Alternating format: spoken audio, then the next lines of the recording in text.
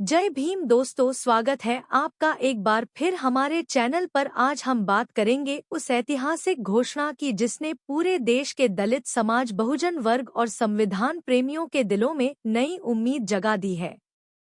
जी हां, हम बात कर रहे हैं प्रधानमंत्री नरेंद्र मोदी के उस ऐलान की जो भारत रत्न डॉ भीमराव अंबेडकर को समर्पित है।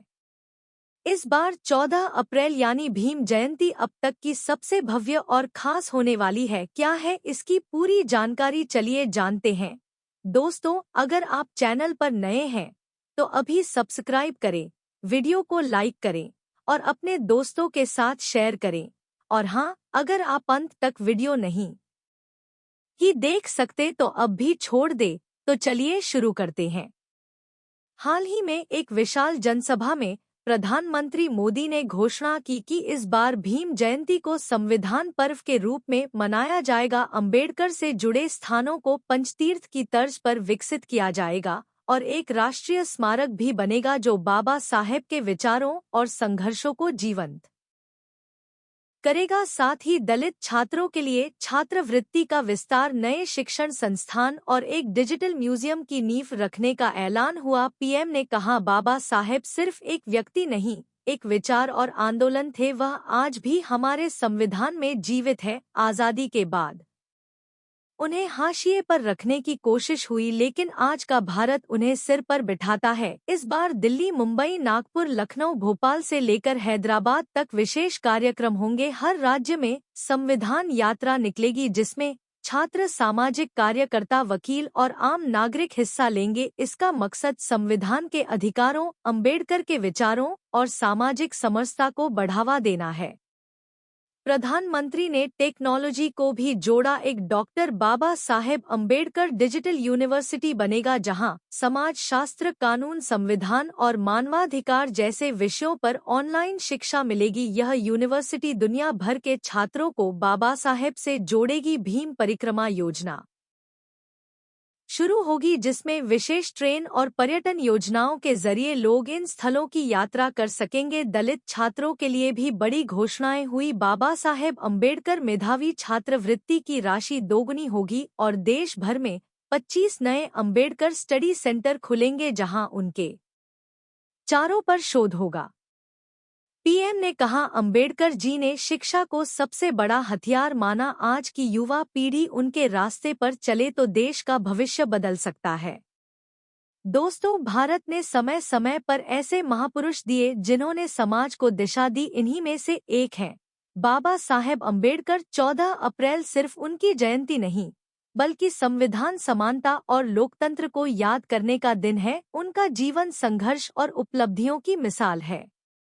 उन्होंने साबित किया कि अवसर मिले तो कोई भी अपने भाग्य और देश का भविष्य बदल सकता है। अब चलिए बाबा साहेब के जीवन पर और गहराई से नजर डालते हैं। उनका जन्म 14 अप्रैल 1891 को मध्य प्रदेश के महू में एक गरीब परिवार में हुआ। उनके पिता रामजी मान लो जी सकता ब्रिटिश सेना में सूबेदार थे और मां भीमाबाई एक साधारण गृहिणी। 14 भाई बहनों में वह सबसे छोटे थे। बचपन से ही उन्हें जातिगत भेदभाव का सामना करना पड़ा। स्कूल में उन्हें बाकी बच्चों से अलग बैठाया जाता था, यहाँ तक कि पानी का घड़ा छूने की भी इजाजत नहीं थी। शिक्षकों का व्यवहार भी उनके प्रति ठंडा था, लेकिन इन सब के बावजूद उनकी पढ़ाई के प्रति लगन कम नहीं हुई। उन्होंने अपनी मेहनत से बॉम्बे के एल्फिंस्टन कॉलेज में दाखिला लिया और लिए अमेरिका गए। कोलंबिया यूनिवर्सिटी से उन्होंने अर्थशास्त्र में पीएचडी की और लंदन स्कूल ऑफ इकोनॉमिक से कानून और अर्थशास्त्र में डिग्रियां हासिल की। वह पहले भारतीय थे जिन्होंने विदेश से ऐसी ऊंची शिक्षा प्राप्त की। शिक्षा के बाद भारत लौटकर उन्होंने देखा कि यहाँ हालात वही थे। 3 डिग्रियों के बावजूद उन्हें भेदभाव का सामना करना पड़ा। नौकरी में भी उन्हें सम्मान नहीं मिला। तब उन्होंने फैसला किया कि वह इस अन्याय के खिलाफ लड़ेंगे। 1920 में उन्होंने मूर्ख नायक नाम का समाचार पत्र शुरू किया, जिसका मतलब था मूर्ख लोगों की आवाज। इसके जरिए उन्होंने दलितों और शोषितों की समस्याओं को उठाया। बाद में बहिष्कृत भारत और जनता जैसे प्रकाशनों से भी समाज को जागरूक किया। उनका एक बड़ा आंदोलन था महाड़ सत्याग्रह। 1927 में उन्होंने दलितों के साथ मिलकर महाड़ में वारदात तालाब से पानी पीने का अधिकार हासिल किया, जो उस समय अछूतों के लिए वर्जित था।